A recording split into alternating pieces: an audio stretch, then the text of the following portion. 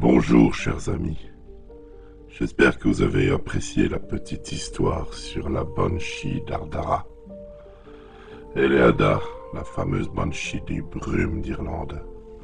Aujourd'hui, on va parler d'une autre Banshee tout aussi connue, si ce n'est plus connue encore, puisque l'on va parler de la légende de Chizuru, l'Onryo vengeresse.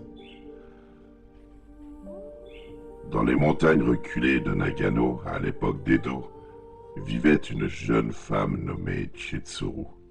Elle était réputée pour sa beauté exceptionnelle, ses longs cheveux noirs brillants comme l'obsidienne et ses yeux sombres qui semblaient contenir des secrets millénaires. Elle était l'unique fille d'un prêtre shinto et son avenir semblait tracé. Une vie paisible à servir les divinités du sanctuaire familial. Cependant, le destin de Chizuru bascula lorsque son village attira l'attention du seigneur Daishi Akimoto, un samouraï déchu en quête de pouvoir. Avide de reconstruire son influence, Akimoto décréta que Chizuru deviendrait sa concubine, utilisant son mariage comme moyen d'asseoir sa domination sur la région. Chizuru refusa catégoriquement les avances d'Akimoto, fidèle à ses convictions et à sa famille. Humilié par ce rejet, Akimoto ordonna que son père soit exécuté sous ses yeux, brûlant le sanctuaire ancestral en guise d'avertissement. Chizuru, dévasté, mais déterminé, s'inclina devant lui, feignant la soumission. La nuit de leur mariage forcé, Chizuru réalisa un dernier rituel secret, gravant dans son corps des runes protectrices avec la lame Nakodashi. Lorsque l'ombre de la pleine lune pénétra dans leur chambre, elle sortit un poison subtil qu'elle avait distillé, tentant d'en finir avec Akimoto. Mais celui-ci, vigilant, l'arrêta avant qu'elle ne puisse achever son acte. Enragé, il la fit exécuter sur place, attachée à un arbre sacré, au sommet d'une montagne. Ces derniers mots résonnèrent comme une malédiction. Tu ne connaîtras jamais la paix, Akimoto. Mon âme reviendra des ténèbres, et je te détruirai, toi et tout ce que tu cherches à construire. Chizuru ne disparut pas. Son âme, corrompue par la haine et la douleur, se transforma en Onryo, un esprit vengeur. L'arbre sacré où elle fut exécutée devint maudit, ses racines noircies par l'énergie maléfique. Ceux qui osaient s'en approcher entendaient des murmures, des cris de femmes déchirants qui semblaient venir de tous côtés à la fois. Akimoto tenta de s'installer dans la région, mais une série d'événements tragiques s'abattit sur lui et ses hommes.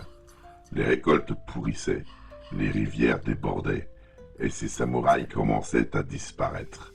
Leurs corps retrouvés tordus de terreur, les visages figés dans une expression d'horreur indicible.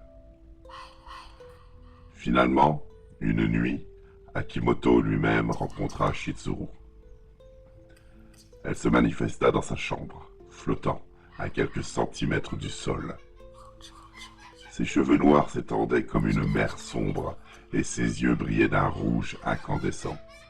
Son rire glacial emplit la pièce alors qu'elle l'accusa de ses crimes avant de l'emmener dans l'au-delà, le condamnant à errer pour l'éternité. La légende de Chizuru resta un avertissement pour les générations suivantes, mais au fil des siècles, son arbre sacré fut oublié. Et une route fut construite sur la montagne reliant Nagano à Tokyo. Des ouvriers signalèrent des apparitions mystérieuses et des accidents inexplicables jalonnèrent la région. Lorsque Tokyo commença à s'étendre, Chizuru trouva un nouveau terrain pour sa vengeance.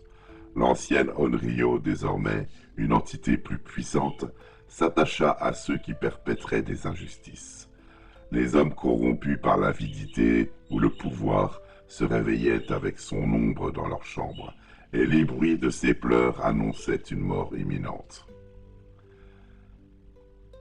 Récemment, la journaliste Aiko Tanaka entreprit d'enquêter sur les disparitions inexpliquées dans les quartiers de Shinjuku. Elle remonta la piste jusqu'à une vieille légende locale, Shitsuru. Une nuit, alors qu'elle explorait un immeuble abandonné, Aiko sentit un froid glacial et entendit un rire distant. En se retournant, elle vit Shitsuru. La banshee flottait au-dessus d'elle, ses longs cheveux semblant bouger comme des serpents dans l'air, son regard transperçant, Aiko d'une terreur paralysante.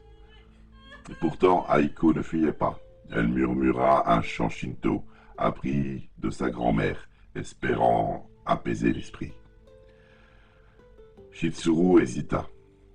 Les ombres autour d'elle vacillèrent, mais elle disparut avant qu'Aiko puisse terminer son chant. Ce n'était qu'un avertissement. Shitsuru avait encore des comptes à régler, elle n'avait pas dit son dernier mot. La légende continue, et le spectre de Shitsuru hante toujours les nuits de Tokyo.